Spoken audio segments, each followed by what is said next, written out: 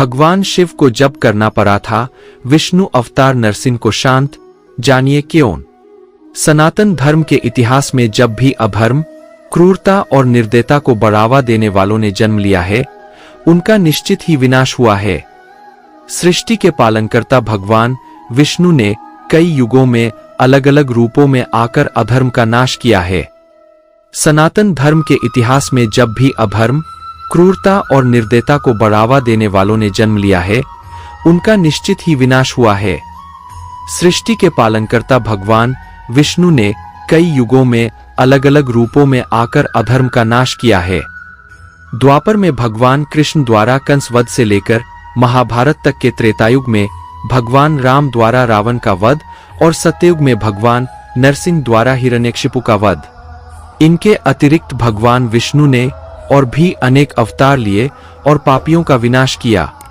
आज की कहानी में हम बात करेंगे कि हिरण्यकशिपु का विनाश करने वाले नरसिंह भगवान का क्या हुआ।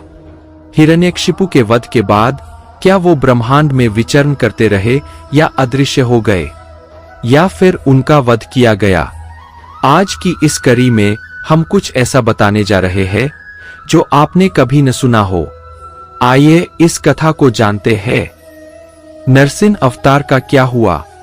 सत्ययुग में एक अत्यंत निर्दयी असुर हिरण्यकशिपु था, जो दैत्यों का राजा था। कठिन तपस्या से उसने ब्रह्मा जी से वरदान प्राप्त किया था कि न तो उसे मनुष्य मार सकता है और न ही पशु, न तो उसे दिन में मारा जा सकता है न ही रात में, न घर के अंदर न ही बाहर, और न ही किसी अस्त्र से या शस्त्र से उसका वध किया जा सकता है। ऐसा वरदान प्राप्त करके उसे ये अहम हो गया था कि संसार में वो सबसे अधिक शक्तिशाली है और कोई भी उसका वध नहीं कर सकता। इस तरह वो स्वयं को भगवान समझने लगा और चाहता था कि उसकी प्रजा विष्णु की नहीं अपितु उसकी पूजा करे। परंतु उसके स्वयं का पुत्र प्रहलाद भगवान विष्णु का परम भक्त था। प्रहलाद के क्रूर और घमंडी पिता ने उसका वध करने के अनेक प्रयास किए, परंतु हर बार असफल रहा।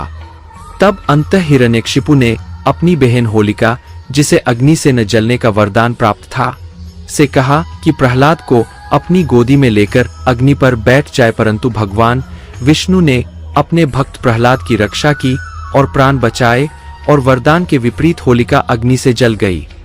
इसके पश्चात जब हिरण्यकशिपु स्वयं प्रहलाद को प्रताड़ित करने लगा, तब एक खंभे से प्रकट होकर नरसिंह रूप में भगवान विष्णु ने संध्या के समय घर की चौखट पर और अपनी गोद में उठाकर हिरण्यकशिपु की छाती को अपने नखों से चीरकर उसका वध किया।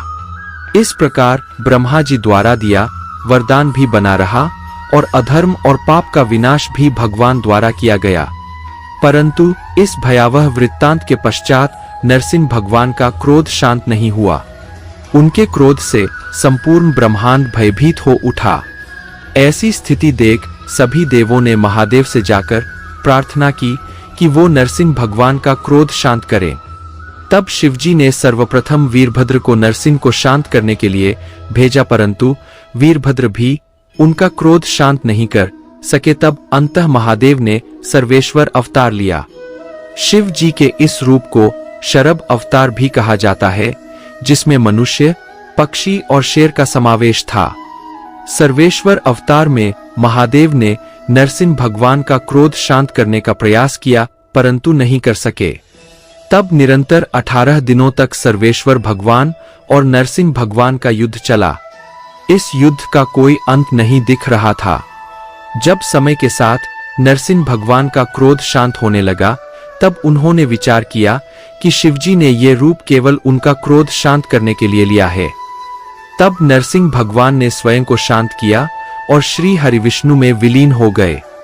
वही कुछ कथाओं के अनुसार शिवजी के शरभ अवतार का रूप बहुत भयंकर था। उनके सामने नरसिंह रूप की शक्तियां खत्म हो गई थी और नरसिंह भगवान ने समर्पण कर स्वयं को शांत किया और भगवान विष्णु में विलीन हो गए। इस तरह भगवान नरसिंह का क्रोध शांत हुआ और शिवजी के शरभ अवतार द्वारा संपूर्ण सृष्टि को नरसिंह भगवान के क्रोध से बचाया गया। दोस्तों, हम आपसे फिर मिलेंगे ऐसी ही एक सेल्फ हेल्प सलाह